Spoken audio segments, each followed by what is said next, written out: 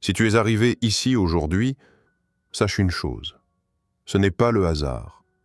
Rien n'arrive par accident dans le royaume de Dieu. Si tu regardes cette vidéo, c'est parce que le Seigneur a jugé que ton cœur était prêt à entendre un message qui peut transformer ta vie.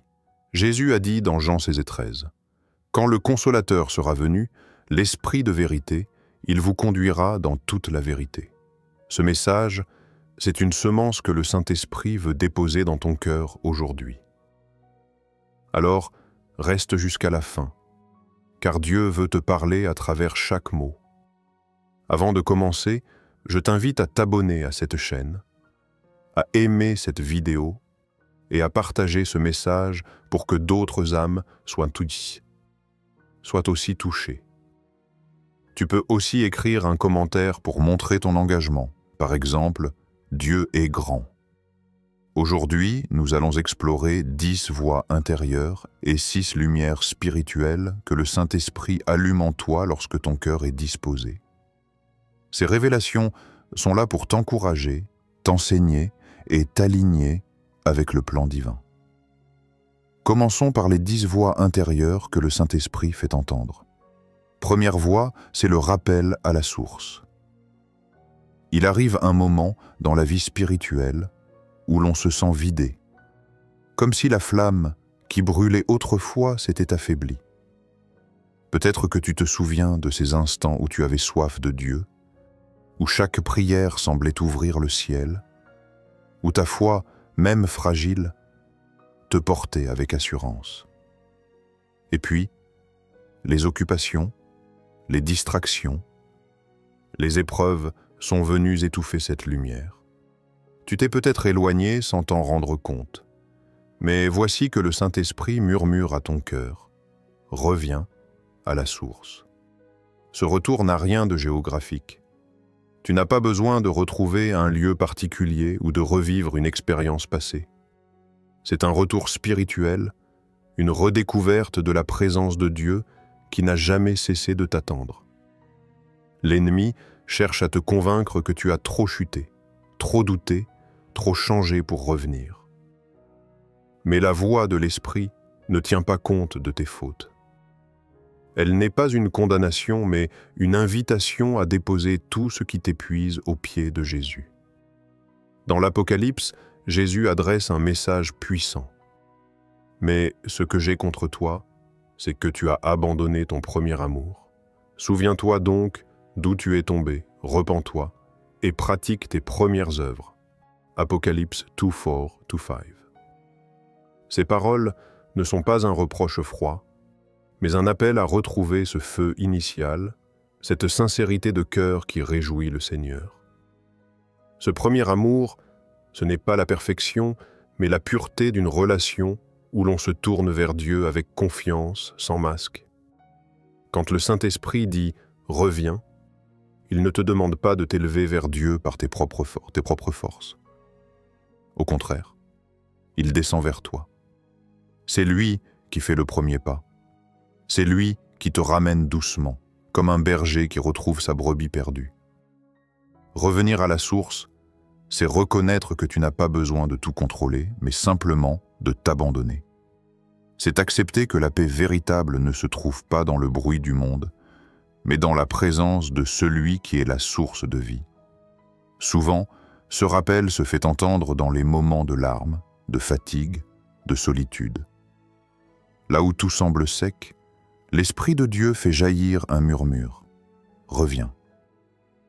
Ce n'est pas une voix qui te pousse à courir, mais qui t'invite à t'arrêter, à respirer, à chercher sa face.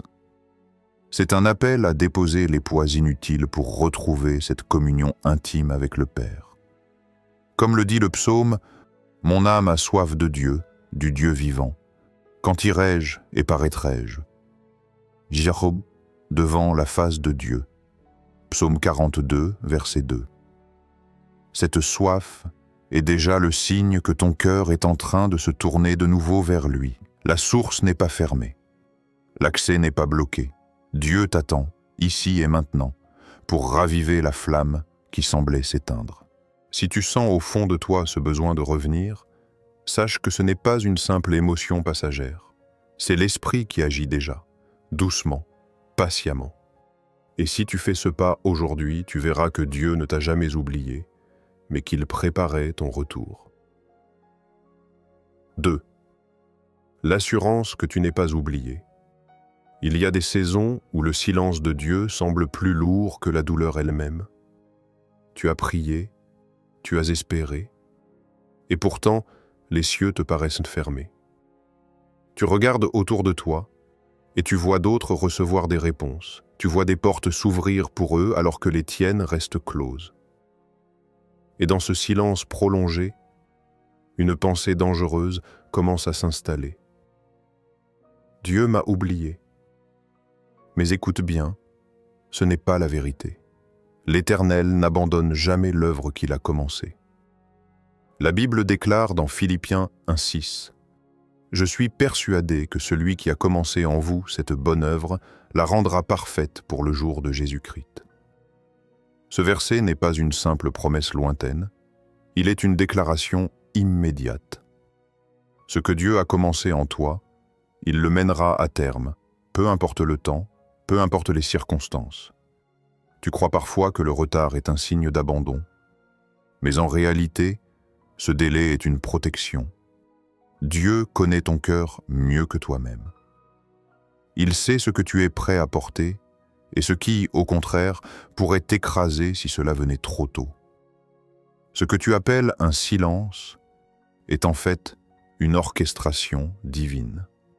Dieu est en train d'aligner ce que tu ignores encore, pour que le moment de la réponse ne soit pas une source de chute, mais une bénédiction véritable. Regarde les Écritures.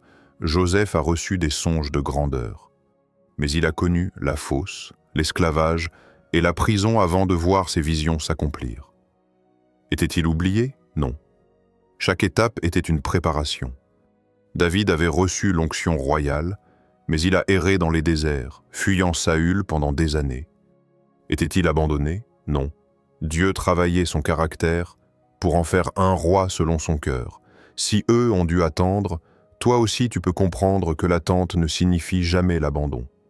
Ésaïe 49, versets 15 à 16, nous rappelle une vérité bouleversante. Une femme oublie-t-elle l'enfant qu'elle allait? N'a-t-elle pas pitié du fruit de ses entrailles? Quand elle l'oublierait, moi, je ne t'oublierai point. Voici, je t'ai gravé sur mes mains, tu es inscrit dans le creux de la main de Dieu. Cela veut dire que chaque jour, chaque souffle, chaque larme que tu verses est connue de lui. Si aujourd'hui tu ressens cette impression de vide, sache que ce n'est pas un oubli, mais une étape. Le Saint-Esprit veut restaurer ta confiance.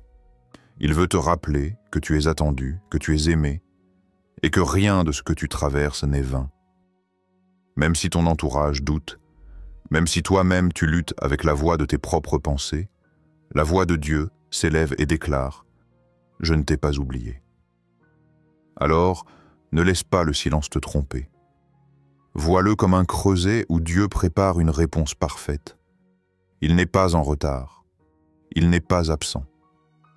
Il agit dans l'invisible, et au moment fixé, ce que tu attends éclora comme une promesse devenue réalité. 3. Ce que tu vis n'est pas la fin. Il y a des instants où la vie semble s'écrouler comme un château de sable balayé par les vagues. Une perte soudaine, une relation brisée, un diagnostic inattendu, ou même ce sentiment d'avoir échoué malgré tous tes efforts. Dans ces moments, la pensée qui frappe le plus fort est souvent la suivante. C'est fini, je n'y arriverai plus. Mais le Saint-Esprit vient aujourd'hui démentir ce mensonge. Ce que tu vis n'est pas la fin, mais une étape, un passage. Le prophète Ésaïe transmet cette promesse divine. Voici, je vais faire une chose nouvelle, sur le point d'arriver, ne la connaîtrez-vous pas? Je mettrai un chemin dans le désert et des fleuves dans la solitude. Ésaïe 43, 19. Dieu ne nie pas l'existence du désert ni de la solitude, mais il affirme qu'il est capable de créer une route là où il n'y a que confusion et de faire jaillir de l'eau là où tout semble sec. Autrement dit, Ce que tu vis aujourd'hui n'est pas une impasse définitive, mais l'espace où Dieu prépare une transformation. Regarde la croix. Aux yeux des hommes, elle représentait la fin tragique du ministère de Jésus. Les disciples, dévastés, se sont dispersés, pensant que tout était perdu. Mais en réalité, cette apparente défaite était le commencement de la plus grande victoire de l'histoire. La résurrection, le salut offert à toute l'humanité. Ce que tu crois être une fin peut bien être le sol fertile d'une résurrection personnelle dans ta vie. Peut-être traverses-tu une période où chaque jour semble lourd, où tes prières paraissent sans écho. Sache que ce n'est pas la fin de ton histoire. Dieu ne mesure pas ton avenir à la taille de tes pertes, mais à la puissance de sa promesse. Dans Jérémie 29, 11, il déclare « Car je connais les projets que j'ai formés sur vous, dit l'Éternel, projets de paix et non de malheur, afin de vous donner un avenir et de l'espérance.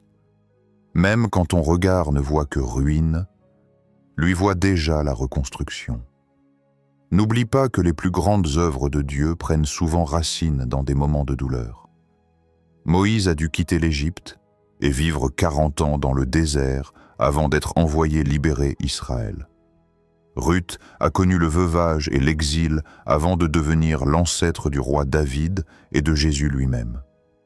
Job, après avoir tout perdu, a vu Dieu restaurer sa vie au-delà de ce qu'il avait imaginé. Leur vie nous enseigne une vérité. La douleur peut précéder une gloire plus grande. Alors, si aujourd'hui tu crois que tout est terminé, que l'avenir est obscur et sans issue, rappelle-toi ceci. La fin apparente n'est pas la fin réelle. La voix de l'Esprit souffle en toi. Tiens bon, ce que tu vis n'est pas définitif.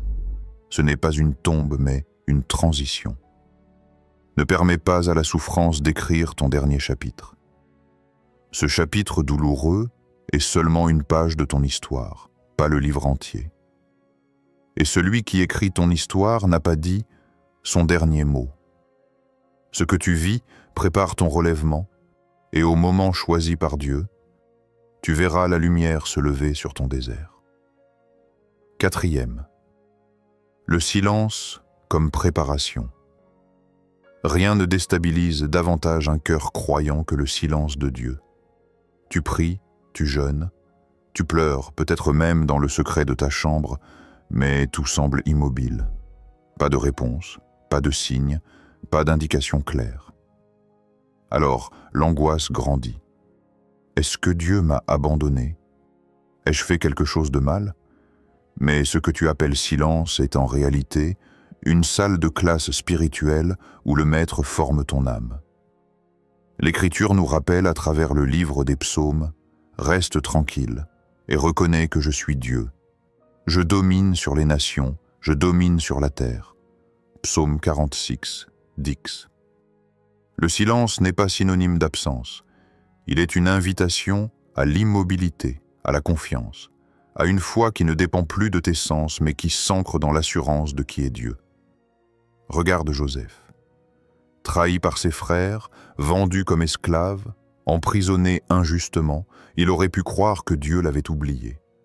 Pourtant, ces longues années de silence ont formé en lui la sagesse et l'endurance nécessaires pour gouverner l'Égypte et sauver des nations entières de la famine. David, lui aussi, a connu ce désert de silence en fuyant Saül. Ses psaumes crient sa douleur, mais révèlent également la profondeur d'une foi née dans l'attente. Quant à Jésus, avant de commencer son ministère, il a passé 40 jours dans le désert, affrontant le silence et les tentations, pour ensuite marcher dans la puissance de l'Esprit. Ce silence est une incubation. Comme une graine enfouie sous terre, invisible aux yeux, mais en train de germer, ta vie spirituelle se développe dans l'ombre. Dieu arrache dans ces moments-là les appuis fragiles, la dépendance aux émotions, la recherche de validation humaine, l'impatience qui veut tout de suite. Le silence détruit les illusions pour que tu apprennes à t'appuyer uniquement sur lui. Souvent, Nous cherchons à remplir ce vide par le bruit, des activités, des conseils multiples, des distractions. Mais l'Esprit te dit, ne remplis pas ce silence, accueille-le. Car c'est précisément là que Dieu travaille le plus profondément. Son silence est un atelier secret. C'est dans ce temps invisible qu'il construit une stabilité intérieure que rien ne pourra ébranler plus tard. Souviens-toi d'Ésaïe 30:15. C'est dans la tranquillité et le repos que sera votre salut, c'est dans le calme et la confiance que sera votre force. Le silence ne te prive pas de Dieu, il t'y rapproche autrement. C'est une saison où ton oreille apprend à discerner non plus les grands éclats, mais les murmures subtils de sa voix. Si tu traverses aujourd'hui ce silence, ne panique pas. Tu n'es pas abandonné, tu es préparé. Tu n'es pas rejeté, tu es façonné. Car lorsque Dieu recommencera à parler, tu ne seras plus le même. Tu seras prêt, affermi, mûr pour porter la mission qu'il a déposée en toi. 5e. Ta saison va changer. Il existe des périodes de la vie où tout semble figé. Tu te lèves chaque matin avec la même lourdeur, les mêmes luttes, les mêmes prières restées sans réponse. Tu en viens à croire que ton hiver spirituel ne prendra jamais fin, que ton histoire restera toujours la même. Mais le Saint-Esprit déclare aujourd'hui une vérité libératrice. Ta saison va changer. L'Écriture est claire. Dans Daniel 2:20-1, il est écrit « C'est lui qui change les temps et les circonstances, qui renverse et qui établit les rois, qui donne la sagesse aux sages et la science à ceux qui ont de l'intelligence. » Cela veut dire que ton présent, aussi lourd qu'il soit, n'a pas le dernier mot. Dieu reste le maître absolu du temps. Il sait quand fermer une porte, mais il sait aussi quand en ouvrir une nouvelle. Ton rôle est de croire que son calendrier n'échoue jamais. Le changement de saison commence toujours à l'intérieur avant de se manifester à l'extérieur. Ce n'est pas d'abord une promotion, une guérison ou une percée visible, mais une transformation dans ta manière de penser, de prier et d'espérer. L'Esprit t'enseigne à renouveler ton langage.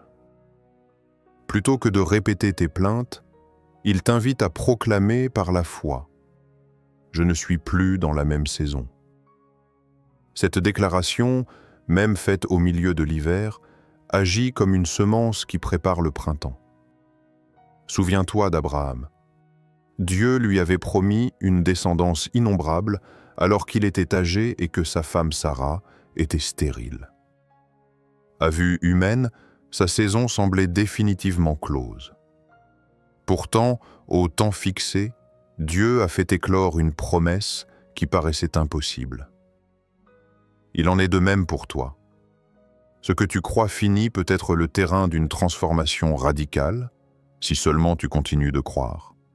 Dans Ecclésiaste 3:1, il est écrit « Il y a un temps pour tout, un temps pour toute chose sous les cieux. » Cela signifie que même ta douleur, même tes larmes, appartiennent à une saison précise qui ne durera pas éternellement.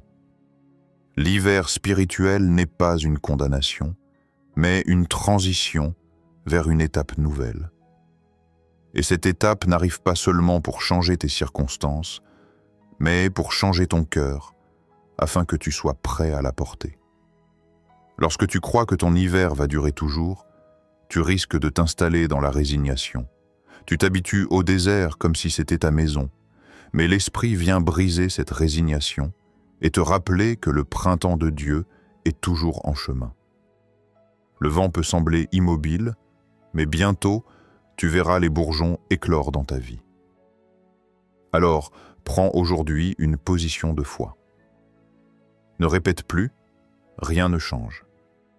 Déclare plutôt, ma saison change maintenant, car Dieu agit en moi. Cette parole ne dépend pas de ce que tes yeux voient, mais de ce que ton cœur croit. Car quand tu commences à marcher comme si la saison avait changé, Tu te prépares à voir ce changement se manifester autour de toi. 6. Avancer sans tout comprendre. L'une des plus grandes batailles de l'homme est son besoin de tout comprendre avant d'avancer. Tu veux connaître chaque détail, chaque issue, chaque explication avant de poser un seul pas. Mais marcher avec Dieu, c'est accepter de renoncer à ce contrôle. La foi ne fonctionne pas comme une carte détaillée, elle agit comme une lampe qui éclaire un pas après l'autre. La Bible nous donne l'exemple puissant d'Abraham. Dans Hébreux 11:8, il est écrit « C'est par la foi qu'Abraham, lors de sa vocation, obéit et partit pour un lieu qu'il devait recevoir en héritage, et qu'il partit sans savoir où il allait. Abraham n'avait ni plan précis, ni certitude visible, mais il avait une voie, et cette voie suffisait. Sa foi ne reposait pas sur une compréhension totale, mais sur l'obéissance à la parole de Dieu. Le Saint-Esprit agit de la même manière dans ta vie. Il ne te révèle pas toujours l'ensemble du chemin, car si tu voyais chaque étape, tu n'aurais plus besoin de foi. Il préfère t'éclairer seulement ce qui est nécessaire pour aujourd'hui. Demain, tu auras une nouvelle lumière, et après-demain, encore une autre. Cette marche progressive est une école de confiance. Elle t'apprend à dépendre non pas de ta logique, mais de sa direction. Pense au peuple d'Israël devant la mer Rouge. Moïse n'avait aucune stratégie humaine pour traverser, mais Dieu n'a pas donné un plan en 10 étapes, il a seulement dit « Étends ta main sur la mer et fends-la » Exode 14, verset 16. Ce simple acte d'obéissance a ouvert un chemin au milieu des eaux. Ce principe est le même aujourd'hui. L'obéissance précède toujours la révélation. Tu attends peut-être des explications claires pour oser te lancer dans un projet, pour pardonner, pour changer de direction, pour répondre à un appel spirituel. Mais si tu attends de tout comprendre, tu risques de rester bloqué à jamais. Dieu n'a pas besoin de ta maîtrise. Il a besoin de ta foi. Ta compréhension viendra plus tard, comme un fruit de ton obéissance. Ce processus est inconfortable, car il t'arrache à ta zone de sécurité. Mais c'est dans ce risque apparent que tu expérimentes la puissance de Dieu. Comme le dit Proverbe 3:5-6, « Confie-toi en l'Éternel de tout ton cœur, et ne t'appuie pas sur ton intelligence. Reconnais-le dans toutes tes voies, et il aplanira tes sentiers. » Le chemin devient clair non pas avant que tu marches, mais pendant que tu avances. Alors, n'attends plus que toutes les pièces du puzzle soient en place. Si Dieu t'appelle à faire un pas, fais-le, même avec des genoux tremblants. Ton obéissance d'aujourd'hui prépare les révélations de demain. La foi n'est pas un calcul, c'est une confiance. Et tant que tu t'accroches à sa main, même sans voir toute la route, tu es certain d'arriver au but qu'il a prévu pour toi. 7. Fortifié dans la faiblesse. Il existe des jours où se lever semble déjà une victoire. Des jours où ton cœur est lourd, où ton âme est fatiguée, où tu n'as même plus la force de prier comme avant. Tu te dis peut-être « je suis trop faible, je n'ai plus la capacité d'avancer ». Pourtant, c'est précisément dans ces moments que le Saint-Esprit agit avec la plus grande puissance. Dieu ne cherche pas des héros invincibles. Il cherche des cœurs prêts à s'abandonner. L'apôtre Paul a lui-même connu cette réalité. Il a supplié Dieu de lui enlever une épreuve qu'il portait, mais la réponse qu'il a reçue est devenue une révélation pour tous les croyants. Dans 2 Corinthiens 12:9, le Seigneur lui dit « Ma grâce te suffit, car ma puissance s'accomplit dans la faiblesse. » Cette vérité renverse notre logique humaine. Là où tu te crois incapable, Dieu voit une opportunité de manifester sa force. Être fortifié dans la faiblesse ne veut pas dire ignorer la douleur ou faire semblant que tout va bien. Cela signifie reconnaître tes limites et les confier à Dieu. Chaque soupir, chaque larme, chaque pas fragile dans la foi devient une offrande précieuse devant lui. Même quand tes mots manquent, le Saint-Esprit intercède avec des gémissements inexprimables. Romains 8:26. Tu n'es jamais seul dans ta faiblesse, car l'Esprit marche avec toi. Regarde Moïse. Il se sentait incapable de parler devant Pharaon. Pourtant, Dieu lui a donné Aaron pour l'accompagner et a manifesté sa puissance à travers lui. Pense à Gédéon. Il se voyait comme le plus petit de sa famille, indigne d'une mission. Mais Dieu lui a dit « Va avec la force que tu as ». Et c'est ainsi qu'il est devenu un libérateur pour Israël. Ces exemples montrent que la faiblesse n'est pas un obstacle, mais une condition que Dieu utilise pour glorifier son nom. La société te pousse à cacher tes failles, à montrer uniquement tes réussites. Mais l'Évangile te rappelle que c'est dans la vulnérabilité que la gloire divine se révèle. Accepter ta faiblesse, ce n'est pas te résigner, c'est ouvrir une porte à la puissance de Dieu. Lorsque tu n'as plus rien, tu découvres que lui seul suffit. Et cette découverte te rend inébranlable. Le prophète Ésaïe l'affirme avec force. Il donne de la force à celui qui est fatigué, et il augmente la vigueur de celui qui tombe en défaillance. Ésaïe 40, 29. Ce n'est donc pas ta réserve personnelle qui te maintient, mais l'infusion divine de la force de Dieu. Alors, si aujourd'hui tu te sens au bout de toi-même, n'aie pas honte de ton épuisement. Offre-le à Dieu. Dis-lui simplement, « Seigneur, je n'ai plus de force, mais je me confie en toi. » Et tu verras que dans ton abandon, une force nouvelle se lèvera. Pas une force qui vient de toi, mais une force qui vient du ciel. Ta faiblesse devient ainsi le lieu où la gloire de Dieu s'installe et où sa puissance s'accomplit pleinement. 8. L'assurance de la présence divine. Il y a des moments où tu as l'impression que le ciel s'est refermé au-dessus de toi. Tu pries, mais tu n'entends rien. Tu adores, mais tu ne ressens rien. Et alors, une pensée sournoise s'invite. Dieu s'est éloigné. Peut-être que je l'ai déçu. Peut-être que je l'ai perdu. Ce doute, si tu l'entretiens, devient une prison intérieure. Pourtant, le Saint-Esprit veut te rappeler aujourd'hui une vérité inébranlable. Tu n'es jamais seul, et sa présence ne t'a jamais quitté. Jésus lui-même a fait une promesse solennelle à ses disciples, et cette promesse résonne encore pour toi aujourd'hui. Et voici, je suis avec vous, tous les jours, jusqu'à la fin du monde. Matthieu 20, 8, 20. Remarque bien, Jésus ne dit pas « Je serai avec vous quand vous serez parfait » ou « Je serai avec vous seulement quand vous vous sentirez fort ».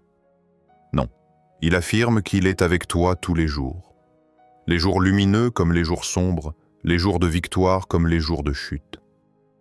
La présence de Dieu n'est pas une émotion passagère. Elle est une réalité spirituelle fondée sur sa fidélité, pas sur tes performances.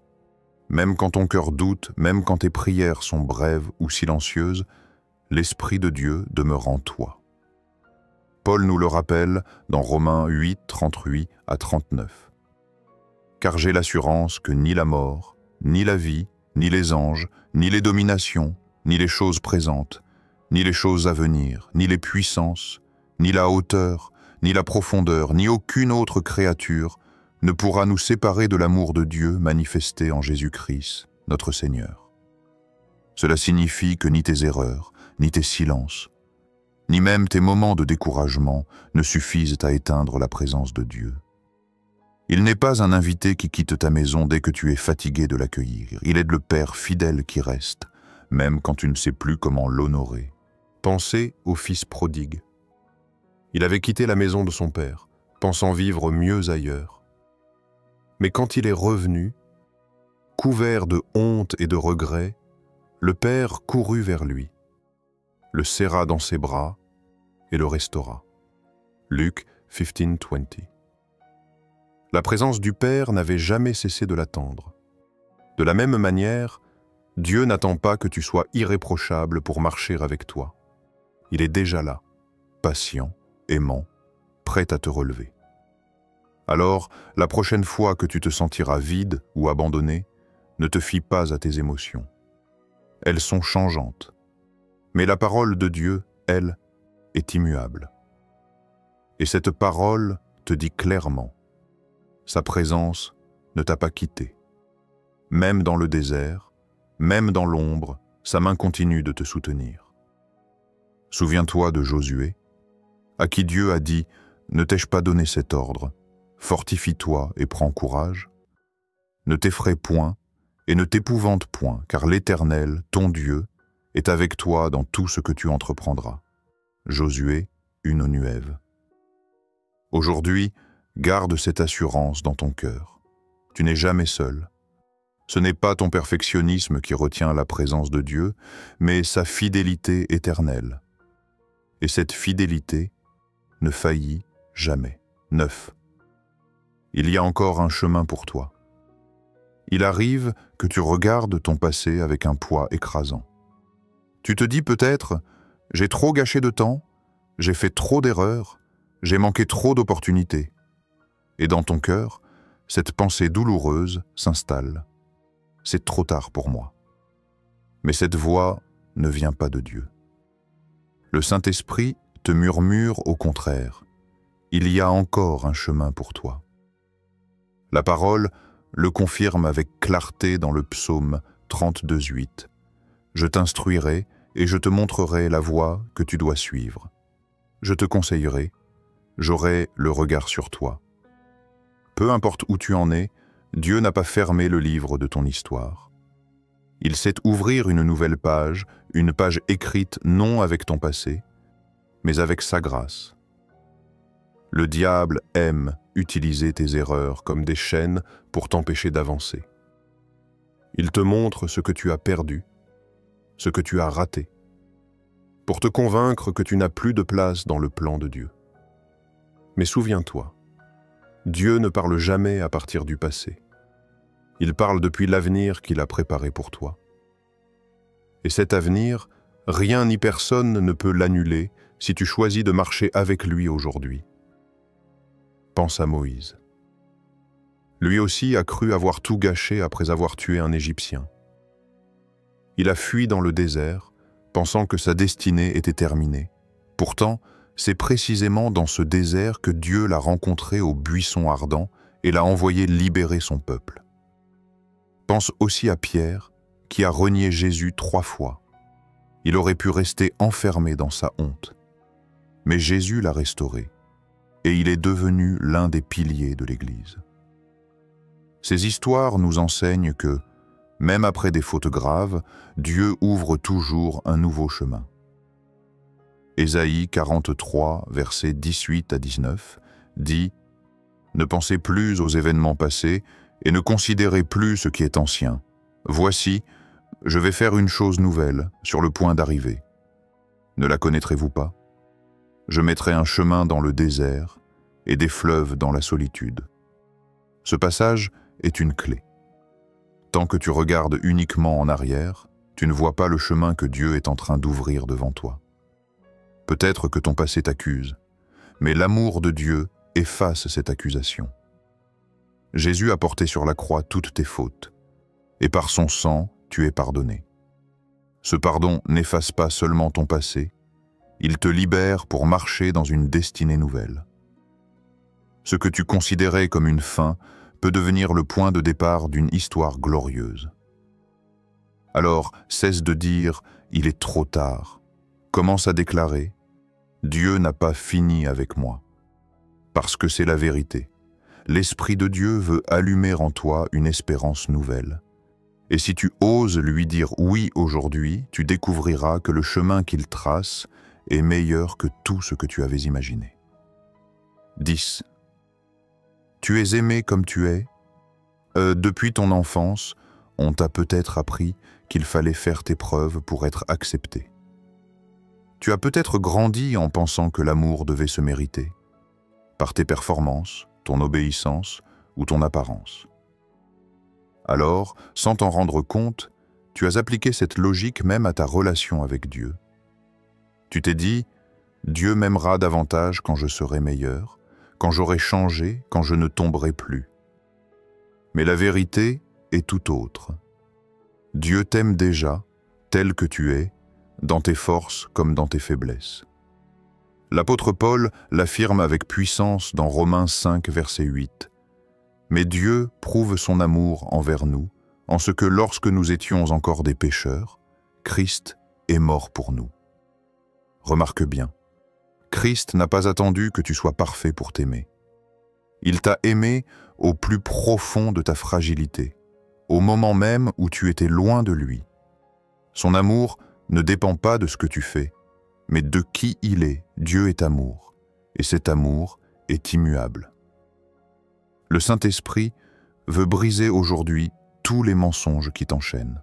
Ces voix intérieures qui te disent « Tu n'es pas digne, tu dois prouver ta valeur, Dieu est fatigué de toi. » Non, ce sont des mensonges.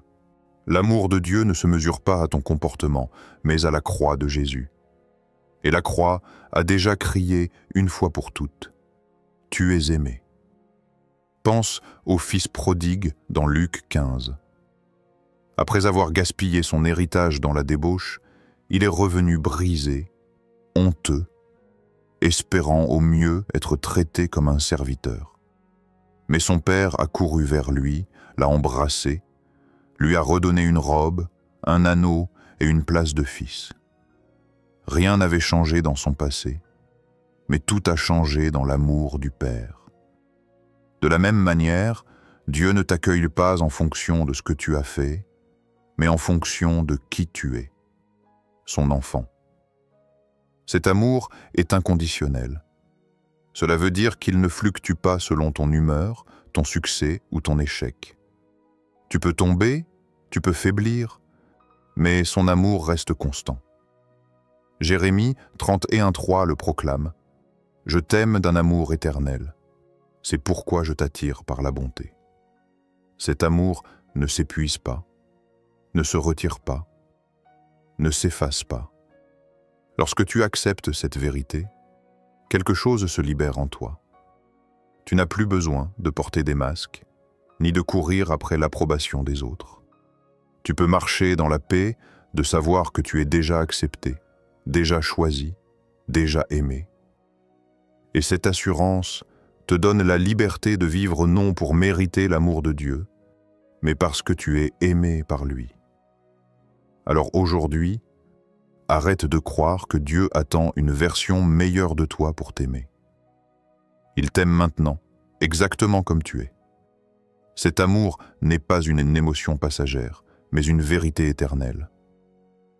Et si tu ouvres ton cœur à cette réalité, tu verras qu'elle transforme tout en toi. Ta prière, ta marche, ta vision de toi-même. Maintenant que nous avons vu les 10 voix intérieures que le Saint-Esprit fait entendre, passons aux 6 lumières secrètes que le Saint-Esprit allume en toi lumière. 1. Dieu t'attend dans le présent. Beaucoup de croyants passent leur vie à attendre un futur idéal pour rencontrer Dieu.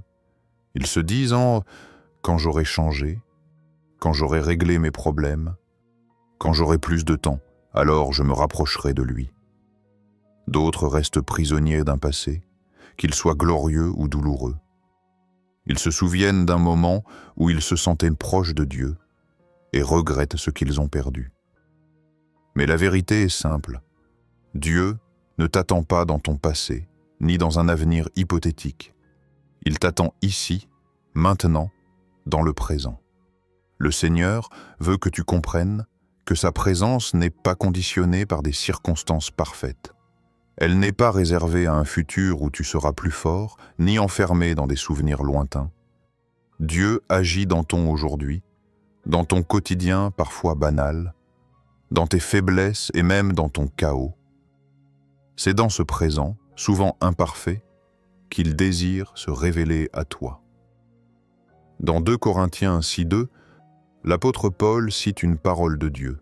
« Au temps favorable, je t'ai exaucé. Au jour du salut, je t'ai secouru. » Voici maintenant le temps favorable. Voici maintenant le jour du salut. Regarde bien. Maintenant, pas demain, pas plus tard. C'est aujourd'hui que Dieu veut agir. Chaque instant est une opportunité de le rencontrer, de recevoir sa paix et de marcher dans sa volonté. Quand tu cherches Dieu seulement dans le futur, tu risques de reporter indéfiniment ta rencontre avec lui. Tu attends d'être prêt, alors que lui est déjà prêt à agir dans ta vie. Et quand tu t'accroches trop à ton passé, même à de beaux souvenirs spirituels, tu passes à côté de ce que l'esprit veut faire germer aujourd'hui. Le passé doit être une mémoire, pas une prison. Le futur doit être une espérance, pas une excuse. Le présent, lui, est le lieu de la rencontre avec Dieu. Souviens-toi de l'histoire de Moïse devant le buisson ardent. Il n'a pas rencontré Dieu dans un futur idéal, ni dans les souvenirs de son passé en Égypte. Il l'a rencontré dans un moment ordinaire, alors qu'il gardait le troupeau. Ce présent banal est devenu le lieu de sa transformation. Il en est de même pour toi. Ton ici et maintenant peut être le lieu où Dieu parle, si tu ouvres ton cœur. Le psalmiste l'a bien compris. Aujourd'hui, si vous entendez sa voix, n'endurcissez pas vos cœurs. Psaume 95, versets 7 à 8. Dieu n'attend pas que tu sois meilleur demain. Il veut ton cœur aujourd'hui, tel qu'il est, même avec ses doutes et ses faiblesses. Alors, arrête de repousser ta rencontre avec Dieu à plus tard. Ne laisse pas les regrets du passé, ni les incertitudes de l'avenir t'empêcher de voir ce qu'il fait maintenant. L'Esprit agit déjà en toi, dans ce moment précis. Le ciel frappe à la porte de ton présent, et si tu ouvres, tu découvriras que sa grâce est déjà là, prête à t'envelopper. Lumière 2. Ce qui te brise te prépare. Personne n'aime souffrir. La douleur, les pertes, les échecs, les humiliations, tout en nous voudrait les éviter. Pourtant, c'est souvent dans ces moments de brisure que Dieu travaille le plus profondément en nous. Là où tu crois que tout s'effondre, lui voit un terrain où il peut bâtir. Ce que tu considères comme une fin douloureuse peut en réalité être le commencement d'une transformation spirituelle. La Bible l'affirme clairement dans Psaume 34, verset 19. « L'Éternel est proche de ceux qui ont le cœur brisé, et il sauve ceux qui ont l'esprit abattu. » Remarque bien, ce n'est pas malgré la brisure que Dieu se rapproche, mais c'est dans la brisure qu'il s'approche. Tes larmes ne le repoussent pas, elles l'attirent. Ton cœur abattu devient le sanctuaire où sa grâce descend. Dieu ne brise jamais pour détruire. Il permet parfois la fracture pour creuser plus profondément dans ton âme. Car il n'y a pas de profondeur sans ouverture. La douleur met à nu ce que la routine avait recouvert. Elle arrache les masques, elle révèle tes failles, mais elle révèle aussi ta dépendance totale à Dieu. Et c'est dans cette dépendance que naît une force nouvelle, une force que rien d'autre ne pouvait produire. Pense à Joseph. Trahi, vendu, emprisonné injustement, il aurait pu s'aigrir et se perdre dans l'amertume. Mais toutes ces blessures l'ont préparé à devenir un homme sage, capable de gouverner un royaume et de pardonner à ses frères. Considère aussi Job. Après avoir tout perdu, il a découvert une révélation plus grande de Dieu et a vu sa vie restaurée au-delà de ce qu'il avait connu. Ces exemples nous rappellent que la brisure n'est jamais la fin, mais une préparation. La souffrance, si elle est offerte à Dieu, devient un canal pour révéler sa grâce. Elle produit en toi une compassion que tu n'aurais jamais connue autrement. Quand tu as toi-même été brisé, tu apprends à tendre la main à d'autres blessés avec une douceur et une compréhension que seuls ceux qui ont traversé la douleur possèdent. Ainsi, ce qui semblait une perte devient une semence de ministère. Le prophète Ésaïe exprime ce mystère. Il a été méprisé et abandonné des hommes, homme de douleur et habitué à la souffrance. Ésaïe 53:3. Jésus lui-même n'a pas fui la douleur. Il l'a portée, il l'a traversée, et c'est à travers sa souffrance que le salut a été rendu possible. Si le Christ s'est passé par la brisure pour accomplir le plan de Dieu, pourquoi douter que tes propres fractures puissent devenir un outil entre ses mains? Alors, au lieu de fuir ou de maudire ce qui te brise, demande à Dieu, « Seigneur, que veux-tu produire en moi à travers cela ?» Car chaque larme peut devenir une semence et chaque cicatrice un témoignage. Ce qui t'a brisé aujourd'hui peut être précisément ce qui fera naître demain la force et la compassion dont tu auras besoin pour accomplir ta destinée. Lumière 3. Le silence de Dieu repositionne. Il existe des moments où le ciel paraît fermé, où aucune réponse ne descend malgré tes prières. Tu cries, tu cherches, mais tout reste silencieux. Et ce silence est lourd. Tu pourrais penser que Dieu s'est éloigné, qu'il a tourné le regard. Mais en réalité, ce silence n'est pas un rejet. C'est une invitation. Dieu ne t'abandonne pas quand il se tait, il te repositionne. Ce silence agit comme une pause sacrée. Il arrête tes courses, tes calculs, tes tentatives de tout contrôler. Il t'oblige à lâcher prise, à reconnaître que tu ne peux pas tout gérer par tes propres forces.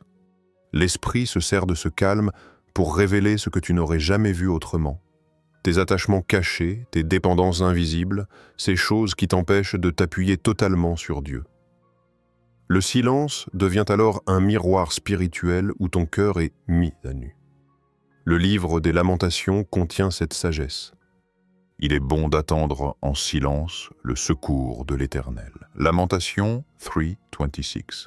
Ce n'est pas un silence vide, mais un silence habité par la présence de Dieu. Quand tu n'entends rien, cela ne veut pas dire qu'il ne fait rien. C'est dans l'invisible qu'il travaille le plus. C'est quand tout paraît immobile que le Saint-Esprit déplace en toi ce qui doit être déplacé pour t'aligner avec sa volonté. Souviens-toi d'Élie au mont Horeb. Il cherchait Dieu dans le vent fort, dans le tremblement de terre, dans le feu. Mais le Seigneur s'est manifesté dans un doux murmure. 1er Roi 19:12. Ce récit nous apprend que Dieu ne se trouve pas toujours dans l'agitation et le spectaculaire. Son silence, ou sa voix subtile, est parfois le moyen le plus profond pour attirer ton cœur à lui. Ce temps de silence purifie ta foi. Quand tu ne reçois pas d'explication, tu apprends à aimer Dieu pour qui il est, et non pour ce qu'il te donne. Tu passes d'une foi intéressée à une foi désintéressée, d'une relation basée sur les bénédictions à une relation basée sur sa présence. Et c'est là que ton intimité avec lui grandit. Le silence devient un temple. Il n'est plus un vide que tu redoutes, mais un espace sacré où Dieu t'invite à demeurer. Dans ce sanctuaire invisible, ton oreille s'affine, ton cœur s'apaise, et ton esprit apprend à discerner autrement. Ce silence est une école où tu découvres Dieu non pas comme un bruit, mais comme une présence. Alors, si tu traverses un temps où le ciel semble muet, ne te laisse pas troubler. C'est une saison où Dieu te repositionne. Il n'a pas cessé de marcher avec toi. Il est en train de t'arracher aux illusions pour te conduire à une foi plus profonde. Et lorsque sa voix résonnera de nouveau, tu sauras reconnaître sa direction, car ton cœur aura appris à écouter autrement. Lumière 3, le vide est un sanctuaire. Il y a des saisons où la vie semble se vider de tout ce qui donnait sens. Les repères s'effondrent, les certitudes disparaissent, les relations changent, et tu te retrouves face à un espace intérieur que tu ne sais pas comment habiter. Ce vide fait peur, car il donne l'impression d'un abandon, d'une perte, d'un désert aride. Pourtant, dans la perspective de Dieu, le vide n'est pas une condamnation, c'est une préparation. Le vide peut devenir un sanctuaire. Dès les premières pages de la Bible, nous voyons que Dieu n'a jamais été effrayé par le vide. En Genèse 1:2, il est écrit « La terre était informe et vide. Il y avait des ténèbres à la surface de l'abîme, et l'Esprit de Dieu se mouvait au-dessus des eaux. Avant même que l'ordre, la lumière et la beauté ne soient manifestés, l'Esprit de Dieu planait déjà sur ce vide. Cela signifie que même dans tes zones les plus désertes, la présence de Dieu est là, prête à créer une œuvre nouvelle. Le vide agit comme une purification. Il arrache tes dépendances, il met en lumière ce qui n'était que superficiel, et il te libère de ce qui t'empêchait de voir l'essentiel. Dieu utilise ce dépouillement pour préparer ton cœur à recevoir quelque chose de plus grand. Sans ce passage, tu resterais peut-être attaché à de fausses sécurités. Mais dans ce vide, ton âme apprend à chercher la seule présence qui demeure, celle de ton Créateur. Beaucoup cherchent à combler ce vide par toutes sortes de distractions. Le bruit, l'activité incessante, ou même des fuites spirituelles. Mais l'Esprit t'invite à faire le contraire. Ne remplis pas artificiellement ce vide. Laisse-le ouvert comme un autel. Car c'est précisément dans cet espace que Dieu veut descendre. Le vide devient alors un sanctuaire où sa gloire peut se manifester sans partage. Souviens-toi de la veuve de Sarepta. Elle croyait n'avoir plus rien, seulement une poignée de farine et un peu d'huile. Pourtant, c'est dans ce vide apparent que Dieu a libéré sa provision miraculeuse. 1er Roi 17, 12-16. Souviens-toi aussi des disciples dans la chambre haute après la mort de Jésus. Tout semblait perdu, vide de sens. Mais ce vide est devenu le lieu de la Pentecôte, où l'Esprit est descendu avec puissance. Ainsi, le vide n'est pas à craindre, mais à accueillir avec foi. Il est le signe que Dieu prépare une œuvre nouvelle, une recréation. Le vide est comme une toile blanche où le Seigneur veut peindre une nouvelle histoire. Alors, si tu traverses une saison où tout semble retiré, n'aie pas peur. Ne cherche pas à fuir ce vide, mais entre-y avec foi. L'Esprit plane déjà au-dessus, prêt à y déposer sa lumière et sa gloire. Et bientôt, tu découvriras que ce vide que tu redoutais tant est en réalité le sanctuaire où Dieu t'attendait pour recommencer avec toi. Lumière 4. Le vide est un sanctuaire. Il y a des saisons où la vie semble se vider de tout ce qui donnait sens. Les repères s'effondrent, les certitudes disparaissent, les relations changent et tu te retrouves face à un espace intérieur que tu ne sais pas comment habiter.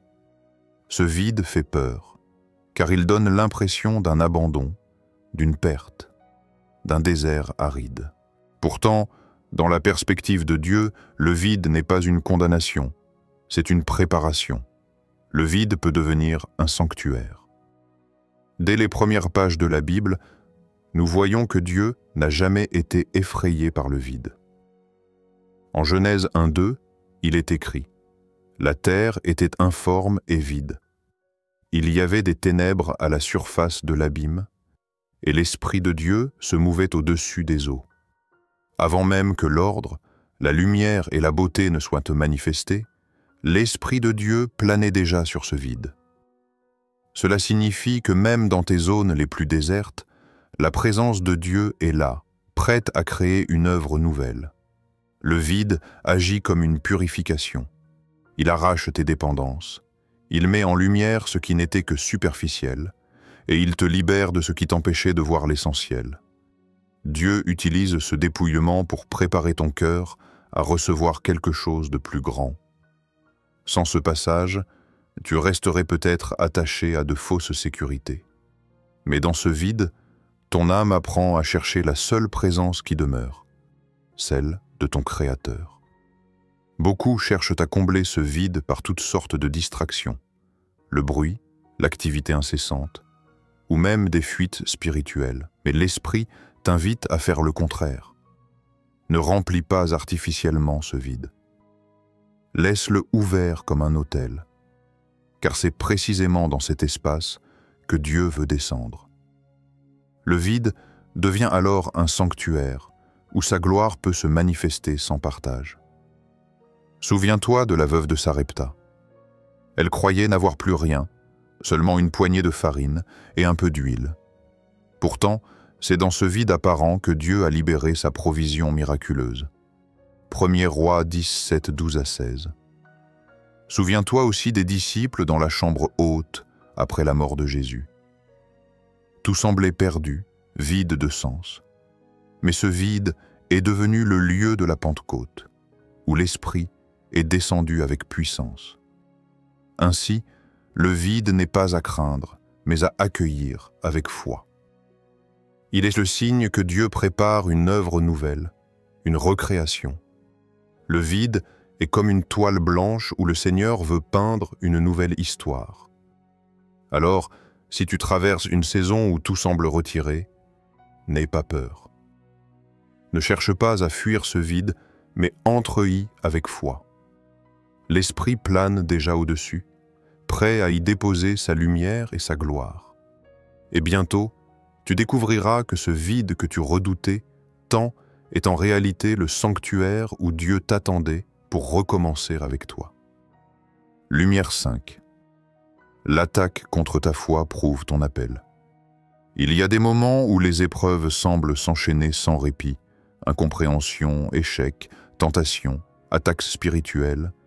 Tu pourrais croire que ces combats sont la preuve que Dieu t'a oublié ou que tu es trop faible. Mais en réalité, c'est tout l'inverse. Si l'ennemi s'acharne contre toi, c'est parce que tu représentes une menace pour lui. L'adversaire n'attaque pas le vide. Il attaque ce qui a de la valeur. Tes combats sont une confirmation que tu portes un appel, une destinée que le ciel veut manifester.